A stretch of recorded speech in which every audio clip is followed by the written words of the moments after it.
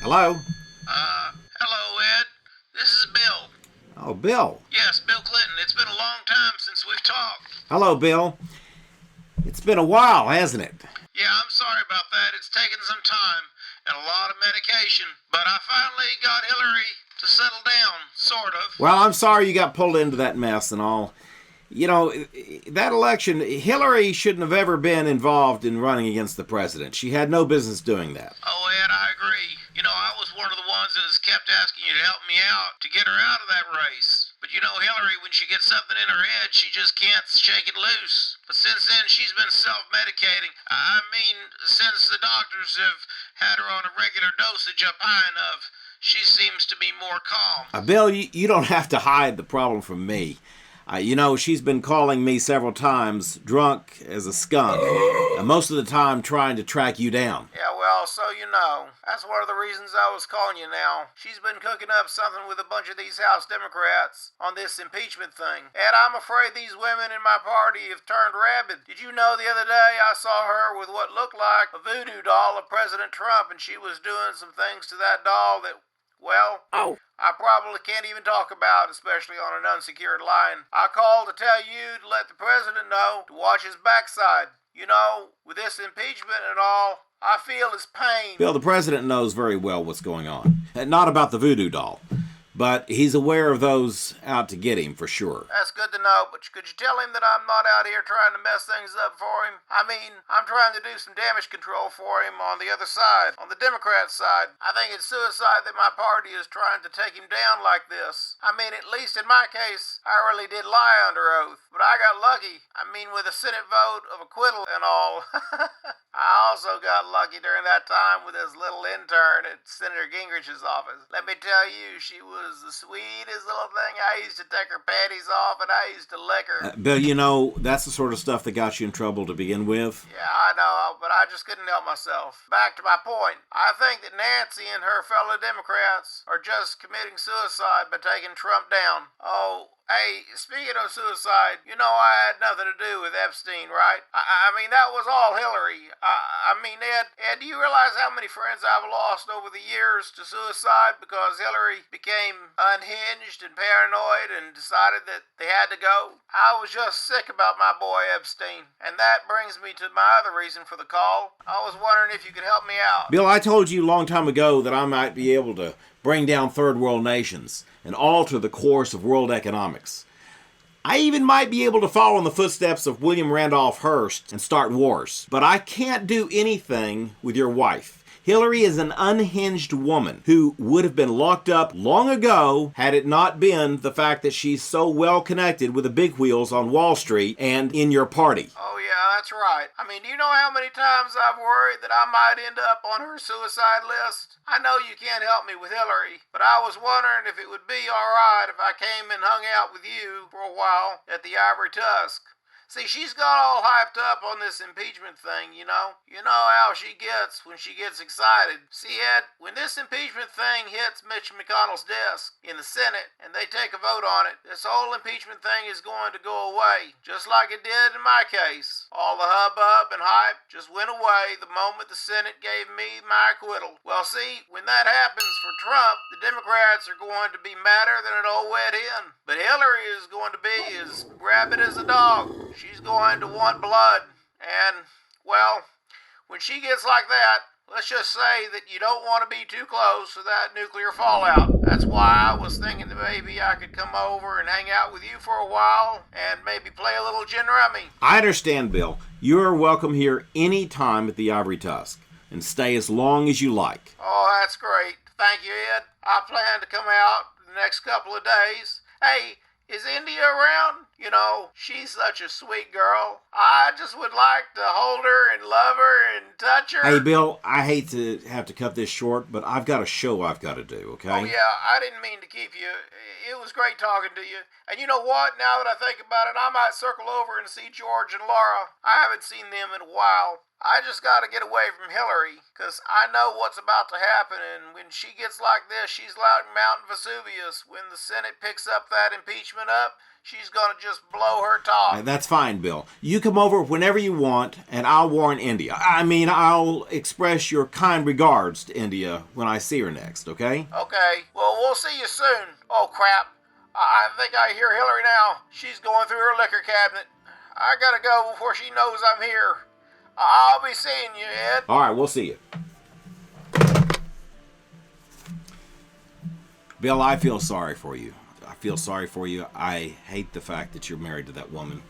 It's a shame you couldn't have married a woman like Donald Trump married, Melania. Yes, Melania. My wife might not be Melania, but she's also not Hillary Clinton either. So, thank goodness for that.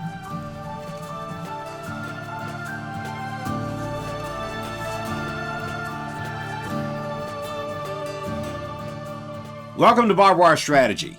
And today we're going to do something that we haven't done in about 6 months. I think it was last summer that I decided that I would do a little book review. It was back when I was doing my first episodes of Barbwire Strategy. Anyway, I decided it's been a while since I've done a kind of a catch-up on everything that I've been reading and reviewing and wanting to read. So some of these books I haven't read yet, but they're in the lineup to read. And so what I thought I'd do is, first off, is introduce you to a friend of mine who helps me out with lots of periodicals and books, a certain professor. Professor Bob, would you like to join us? Yeah, Zikael. Yes, very happy to be here. And I would Tell me, like to Professor, say- when you're picking books out, is there any particular order that you look for, any particular type that whenever you're suggesting them to me? I very carefully select books which characterize and substantiate the high standings of academic congeniency and congruency. Well, you do realize that I like audiobooks more than anything else, right? I mean, the best kind of book for me is audio because I'm able to get things done and listen at the same time. And here's the best part. And whenever I miss something, I'm always missing something, or I'll listen to something and then I'll get sidetracked in my own thoughts and then I just hit rewind. And so there you go. So is it that way for you, Professor? Audiobooks do offer some degree of autonomy and freedom while obtaining knowledge, but in my studies I have found that the initiate who sits down and concentrates all of his efforts on a bound study can fully integrate... That would put me to sleep. So, I tell you what, if you will just assist me as I introduce these, and then I'll just Yes, I have agree. you take them off the desk. That way we don't have so much clutter. So let's get on with the show, and let me go to the first book. Are you ready? Oh, yes, of course. All right, let's start tonight by talking about a book that I've already talked about 6 months ago. And, okay, to be honest, I haven't been able to read that much of it because I got sidetracked with all the other books that I've been reading, right? Yes, yeah. I agree. So let me set Lady Liberty down and the Donald down just for a second. Now, this book right here, A Case for Trump, I told you about 6 months ago. It is a fantastic book. I have read some of it. I have not finished the entire thing, so I can't really do an entire review on it. And a lot of the books here, I'm going to do a kind of a pre-review on, except for this one on Vietnam. This is by Victor Davis Hanson. He's one of my favorite conservative guys. He's probably the only conservative guy. I think I said this 6 months ago. He's about the only conservative guy who works for Harvard, I think. And this is well written. And it supports the case of why we need Trump at this time. Isn't that right, Professor? Yes, it is an outstanding Here, why don't you work. take that for me? So that was just, I wanted to give a little more plug for that one. Another book that I picked up, Radicals, Resistance, and Revenge by Judge Benin Pirro. I liked watching her on Fox News. She's always sharp. She's good.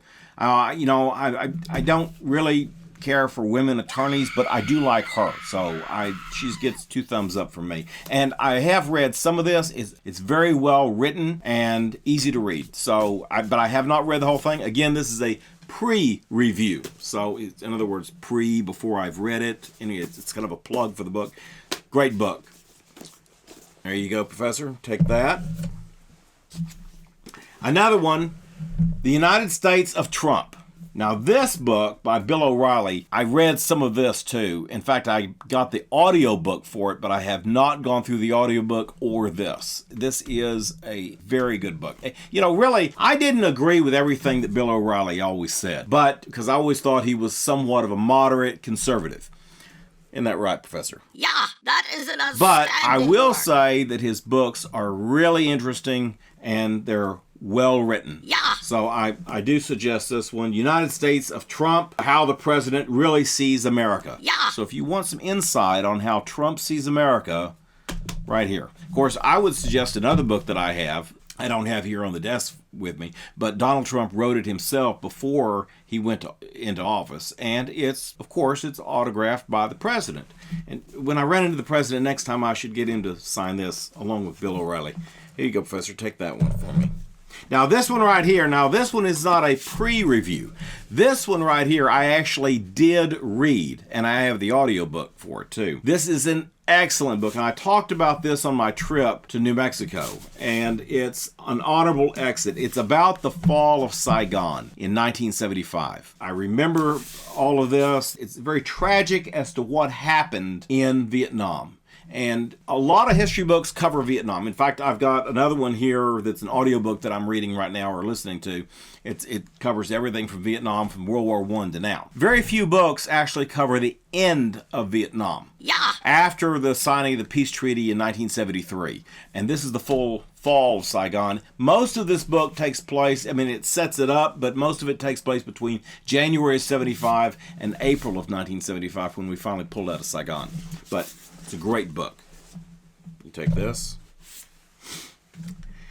Another book that I'm reading right now, The Shadow of Blooming Grove. It's the story of Warren Grover Harding. And this is a leather-bound edition, part of the Eston Press presidential library that I have. It's going to be a long book, but it's very detailed, and I'm definitely going to have to use my glasses or my magnifying glass when I read it because the print is a little bit small. What I want to do is I want to do a show on the Teapot Dome scandal. And I need to know more about the intricate life of Warren Harding. I knew Harding, but I only knew him as a president. I didn't know him in his before years. And so I need to bring myself up on, and of course, Harding died during his administration. He died on August the 2nd, 1923, before he even finished his first term of office. And that's how Calvin Coolidge became president. Harding died of a cerebral hemorrhage, I believe, if I remember right. But he was a very interesting fellow. I liked him. He was involved in a lot of scandal and scandalous activity. Yeah. But we're going to do a review on this once I finished it out. So here, if you'll take this for me, Professor, I appreciate it. To continue this, I wanted to go over some of the magazines that I'm reading, and I only have 3 right here that I'm currently reading. One is the Current Ancient History magazine, and I talked about all 3 of these back in the summertime whenever I gave my review of all my reading material before. But this right here, this is on the wealth of Africa, so the African slave trade. Now, they have a new one out, and it's supposed to be coming any day now, so this one is kind of 2 months old. But this is a great magazine for anybody that's interested in true history, and they do an excellent review of recent archaeological finds and art. Along with this, speaking of which, here, why don't you take that there, Professor? Thank you. Speaking of art and architecture mixed together, Minerva, which I've got to renew my subscription to Minerva because it always gets messed up. But this is the current magazine of Minerva. This one is on Visions and Dreams, and it covers some of the artistry done during the Renaissance and before. But as I've said before, Minerva is a fabulous magazine. It's got lots of pictures, which I like pictures. You like pictures, Professor? Yes, I agree. I always say that This is all the main... beautiful artwork. And it has an excellent writing and literary review of the art itself. So, Professor, if you'll take that for me. Thank you very much. This came in right off the press today. I just got this in the mailbox today. This is the National Geographic History magazine. And this one, I haven't even flipped through this. I basically took it out of the sleeve and brought it in here to the office so that I could do a review on it. But this one right here is A Polar Obsession. So the race for the North. So obviously this is in accordance with Captain Byrd's travels to the North Pole and the expeditions that took place during that time at the turn of the century. I'm looking forward to reading this one. National Geographic, I don't subscribe to National Geographic, the normal magazine, because it's got too many advertisements in it. But I do subscribe to their history magazine because it is packed full of history and doesn't have hardly any advertisements at all. I think I said this last summer. Why don't you take that for me, Professor? Now, the last thing that I want to go over are some of the audiobooks that I've been reading. And let me go through those real quickly. So, Professor, I have these audio reviews here, and you do listen to a lot of audios too sometimes, right? Yeah. That's what I thought. And the thing is, audio reviews are an excellent way of getting things done and listening at the same time. And now Audible has a fantastic program. I buy 2 credits a month, and that gives me 2 books a month. And I've got a pretty vast library of audiobooks. And then it's not just me. Alexander in India also, and occasionally my wife, listen to the books occasionally. But I always do. In fact, Alexander's hooked on one now I'm going to talk about in this. So without further ado, let's go to the reviews, okay? Yeah. All right. The first book I want to talk about is called 1948. Harry Truman's Improbable Victory.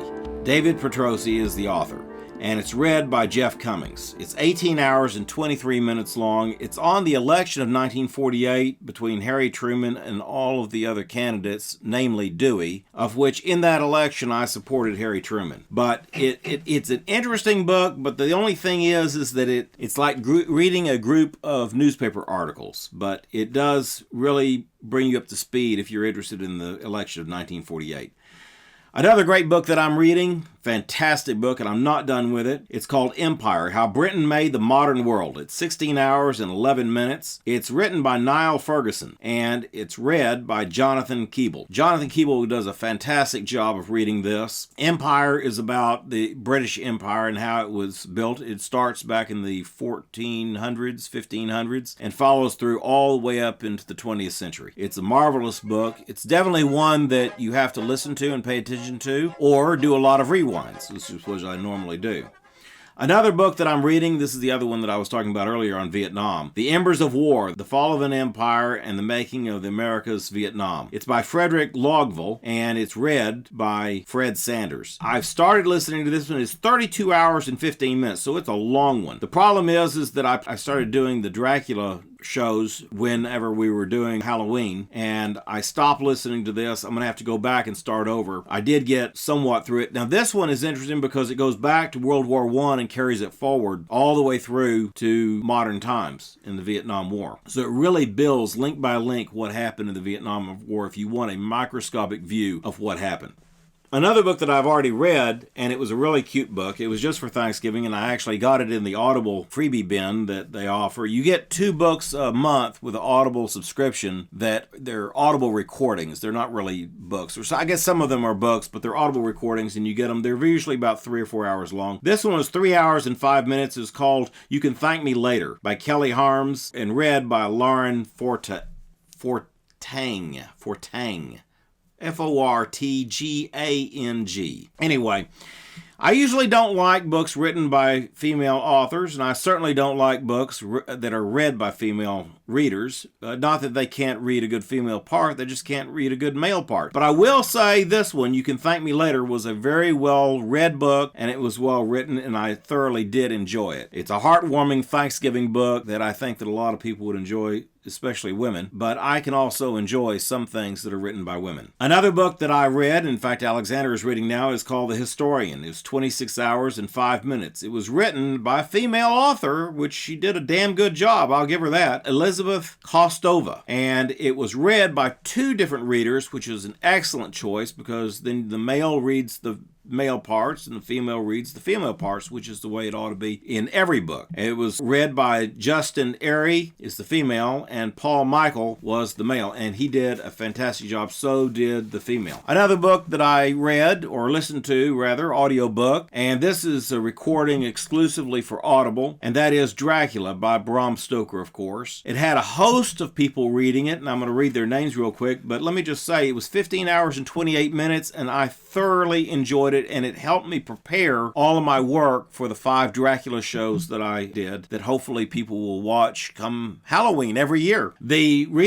narrators of the book was Alan Cumming, Tim Curry, Simon Vance, Catherine Kellgren, Susan Durden, John Lee, Graham Malcolm, and Stephen Crosley. It was, as I say, it was an excellent audiobook. It was 15 hours and 28 minutes. It's a long one, but it is thoroughly worthwhile and worth the money and worth the time.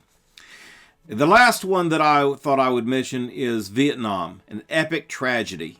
It's an excellent audiobook. It's Vietnam, an epic tragedy, 1945 to 1975, by Max Hastings. And the narrator, Max Hastings, also reads the introduction of it, and then Peter Noble, who does an excellent job at reading, read the entire book. And I don't have the number of hours it is. I want to say that it was something to the effect of 20-something hours.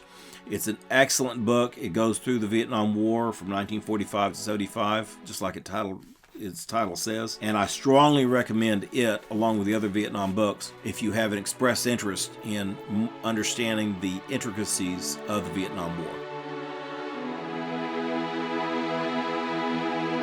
Well, Professor, I think that's it. That's all the literary review that I have for this time. Oh, one other thing that I wanted to mention real quick, and that is that this bag here is called 5 Cent Tarot. Now, okay, before anybody says anything, tarot cards have gotten a bad rap through the ages, mainly due to Hollywood and through a lot of kooks.